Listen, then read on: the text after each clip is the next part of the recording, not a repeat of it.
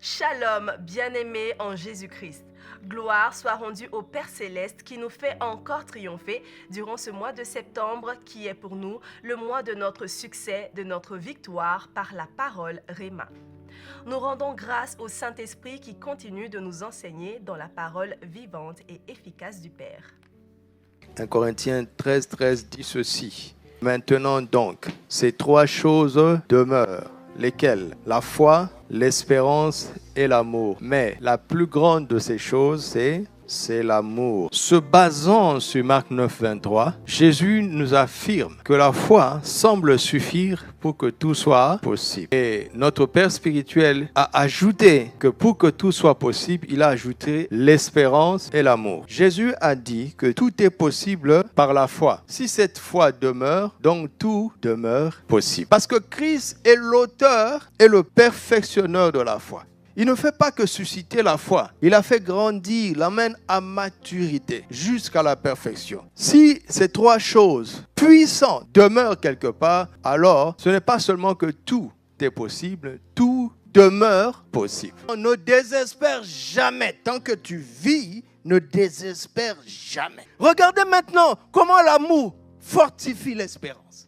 Cette espérance qui est le berceau de la foi trouve sa force, sa crédibilité dans l'amour. Tout est possible par la foi.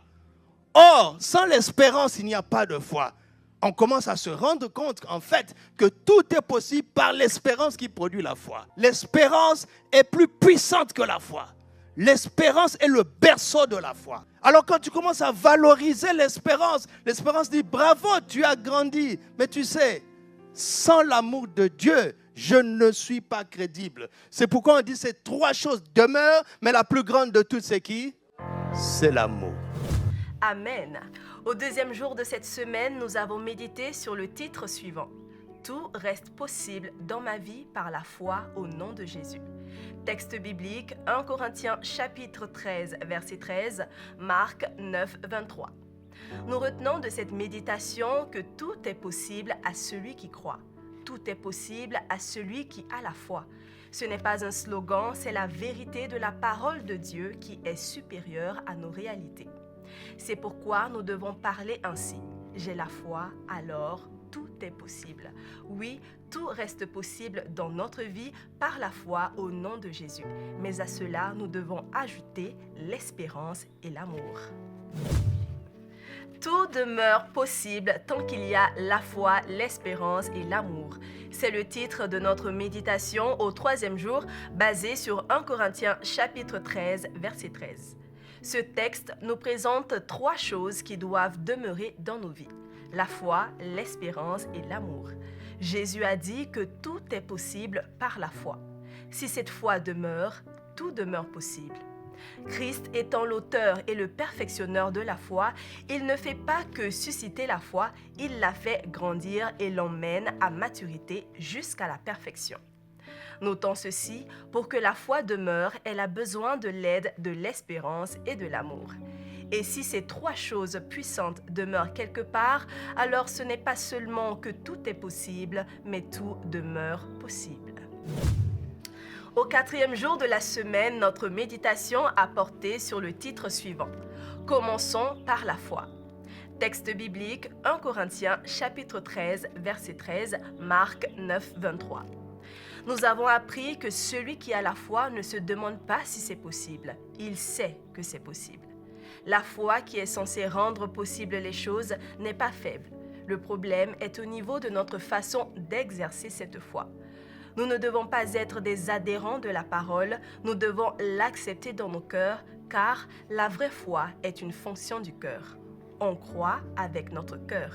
Notons ceci, nos propos vont nous révéler si la parole est près de nous ou pas. Il s'agit de ce que nous disons nous-mêmes de nos bouches et dans nos cœurs. Au cinquième jour de la semaine, nous avons médité sur le titre suivant. La foi, c'est croire et confesser. Même texte biblique, 1 Corinthiens chapitre 13, verset 13, Marc 9, 23. Nous y retenons que nous devons croire en notre cœur et confesser de notre bouche. C'est là que le salut, le miracle, le secours, la bénédiction, la guérison, la délivrance, la solution se produisent. Retenons aussi que ce n'est pas l'intelligence de la tête qui triomphe du monde, mais la victoire qui triomphe du monde, c'est notre foi. Et la foi est dans le cœur. Ainsi, celui qui parle doit s'assurer qu'il croit et que c'est de l'abondance de son cœur que sa bouche parle.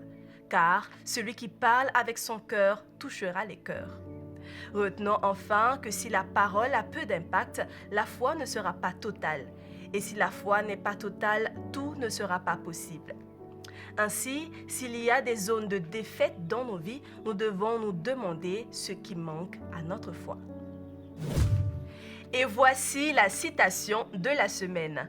Car c'est en croyant du cœur qu'on parvient à la justice et c'est en confessant de la bouche qu'on parvient au salut selon ce que dit l'Écriture. C'est tout pour l'essentiel de cette semaine. Le torrent de vie du mois de septembre est disponible et vous pouvez l'acquérir si vous le souhaitez en nous écrivant à l'une des adresses qui s'affichent au bas de votre écran. À Jésus seul soit toute la gloire. Shalom.